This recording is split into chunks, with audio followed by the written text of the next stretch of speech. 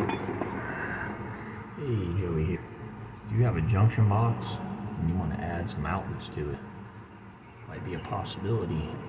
I'm in a commercial area here, obviously. Thinking a junction box by an exit sign. And he just needs to have his camera and stuff plugged in there, and he's got cords running all over the place, which he's got to leave a lot of lights on in order to keep power over here and have this camera in. So what I did was I had him kill the power to the lights, and this sign was still on, so that means I have constant power, and I checked it with my non-contact meter. I'll show you here. You got an open non-contact button, it'll light, it'll beep. You contact here, you can hold it up to the wires and see that there's power to them. Now, I won't tell you the voltage, but it will tell you if there's power there or not. And not in when it says read, I don't know what the low threshold is on that, but it will tell you if it's hot or not. So I know there's power there to that sign, constant. So what I'm doing is you go to your local parts store, get a cover like, and then you can see it's a stamped out cover, and there's 2 screws that go diagonally in the corners on that box, and you reuse them screws that hold that cover plate in. See this cover plate right here, and the 2 screws in the corners, and I'm pretty if you look here, you'll see the gold screws are hot, the silver screws are common on the outlet, on the receptacle always. So I'm using some like Blues wire, 12 gauge solid. It's easier to use solid wire than stranded receptacles, and so you can use stranded, but I don't really prefer it. It's more of a pain to get it to stay under the screw versus the solid wire.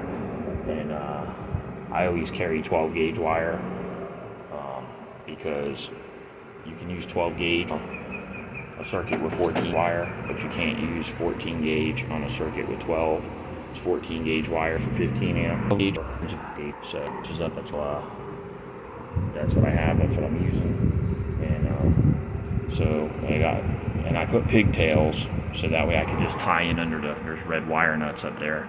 I could just pre-assembly, bang bang, dab it in, tight wire nuts, and you really should have an extra amount of wire stripped, and you should use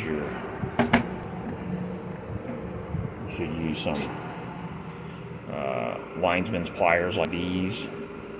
Some people might call them dikes or whatever, but you should use something like this. These have really good grip on the jaw, and you should grab all the wires that you're trying to put under one wire nut really well and put better connection. And boxes you might be able to do because it's tight to get in there or whatever, but you want to try to do that whenever you can, which is what I'll probably end up here. I'll see how it looks up there when I get up there. Nuts, 4 little that go back there, and this one you reuse the screws that came with the receptacles, and you got to pop the screw out, which and you just push the screw from the back in this little plastic retainer, and you don't ruin, and then it through the back of the receptacle. But what you have to do is, I'll show you here. There's these little tabs. If you look close, these little tabs, they're ears that are on the receptacle there. At the receptacle ear, there's little score lines. You can either break off the part with the hole, or you can break off the whole thing, and there's a score line there. And that's what I did. I broke off the whole thing, and it shortens that tab and gives it room to go inside this cover. Otherwise it won't fit. That's why they do it like that, until you can break it. It'll fit. Not break that off, you won't fit it down in there. So that's what you have to do. You break it off, and then the outlet will fit. You got to break it off on both sides. It'll fit down in there, and you put the screw through that came with the receptacle, and then put the nut on, and then snug it down. I just hold it with my finger or 2 fingers. The nut has little ridges on it, so it'll grab, but you got to hold it until it gets somewhat snug, and you can tighten it down with the screwdriver, and the nut will stay. Tighten it because you don't need to kill it. And then so yeah, I got my pigtail coming in to my gold screw, which is hot, and you you can loop one out, because if you look, I'm sure you guys all know this, but if you look close, there's a little jumper in there. You can see a little jumper tab. Maybe you can't. There's a little jumper tab right there that jumps the screws together, and that's on both sides. You can see it there, the silver screws. You can see that little gold jumper tab there. Now you can grab that with needle nose and break it off. If you want to separate the outlets, you'd have to do it on, well, at least on the hot side, you'd have to do it. And you can separate the outlets and make one switched and one constant, whatever. But in this case, I want them all hot all the time. I'm a little jump, and I run my pigtail hot in, and then it loops out over here, so it's feeding hot to both receptacles within that.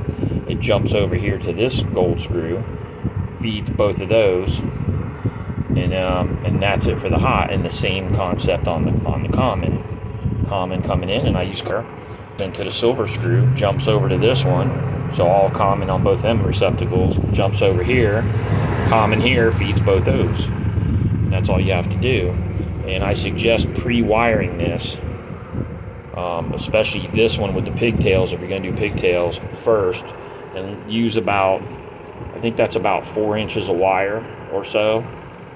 You want probably at least 4 inches to bend your, you got to bend your little loops that go in there. I strip off about, I don't know, 3/4 of an inch of insulation off the wire, and then I bend a loop with my these little cutters here. I bend a loop, I put the wiring in, bend a loop, and then you always want to put the loop in. When you're in the top, you want the loop one to the right, so as you tighten the screw, it's pulling the loop around the screw. You don't want to run the wire this way, because as you tighten the screw, it's going to work the wire off. So you want the hook going that way and not this way, because then when you tighten the screw, the wire will start coming like this. So you do it the other way, and as you tighten the screw, it pulls it tighter around it. And I also pull wire outward, screw the back of the loop is under the screw as well. Because if you don't do that, you could have part of the wire under the screw, and then the loop comes out from under the screw and then goes back under the screw. So then you only end up with two sides. I like to keep the whole loop under the screw. And then I also go ahead and tighten down the other screws that don't have wire in them to make sure it's giving a good connection to the, and I'm turning just to make sure. Now if you're doing 14 gauge wire, you can stab the wires in the back, and there is a cut gauge here. Right here is a little cut gauge which shows you how much you got to cut of the wire to strip the insulation off the wire. You could stab it into those quick, but I don't like using them. I don't 14, don't burr that. So I use the screws since they're there. That's what I do, because I want to tighten the screws down anyway. I don't like leaving them loose. Plus they can stick out more and ground out. If you got a box or something, they can ground to the sidewall of the box. So I always like to screw them in. So that's what I do. Now in this case, you notice I'm not using these ground screws, and I'm not putting ground wire, because the ground goes to the screws in them. Well, in this system, this whole thing is grounded. It's a metal going on a metal box, which is attached to metal conduit. And as you can see, there is no ground wire in here. This is a commercial building, older commercial building, I believe. And all this conduit must be grounded because there's no ground wire. Wire isn't good. It's all grounded through here. Even if I put a ground screw here and put a ground wire off that and attach it to those receptacles, it's not going to give it any better ground, because it's already grounded with the screws. And then when I screw the cover on here, it'll be grounded. So that's my opinion. I'm not a certified electrician. I'm not, nothing like that. I just think that's redundancy for no good reason. So I'm doing it this way. But I suggest you look at your national electrical code. If you're worried about doing things to code, I think there's nothing wrong with this, the way I'm doing it. Plus, it's not an outlet that's going to be touched every day or anything. It's up out of harm's way, and once we plug in what we're plugging in, it's not getting touched anymore. It's staying like that. Plus, I believe everything that's getting plugged in only has 2 prongs anyway. I don't think any of those transformers have 3 prongs on them that are getting plugged in there. So that defeats the purpose anyway. Then I will wire nuts and stab this in. I can't do it while I'm holding the camera, but I'll show you the finished product when it's done. Okay, so here's the finished product. As you can see, I had a mishap here where I was tightening the screws down, and I had the wire, instead of having it tight wrapped around there, it was sticking out a little bit. The jumper one that goes from this outlet and wraps to the other one, and it rubbed against the threads of this fitting because whoever did this box didn't put the little red cover on the ends of the threads, the insulation, and shorted it out. And this has a good ground because it tripped a breaker, went pow, and it tripped a breaker. So I only was working it hot because he has computers on the circuit, and I didn't want them to go down. Unfortunately, they went down. So now I got it all in there, it's buttoned up. See, it's screwed in, and this does give you a little bit more wiggle room there. There's not, so it wasn't a big deal. It's just the big deal was the threads on that sticking out that rub the insulation. So be careful of that when you got fittings going into your box. You really want to put the red insulator on the threads so that it doesn't do what happened to me here. So, all right, we'll catch you on the next one.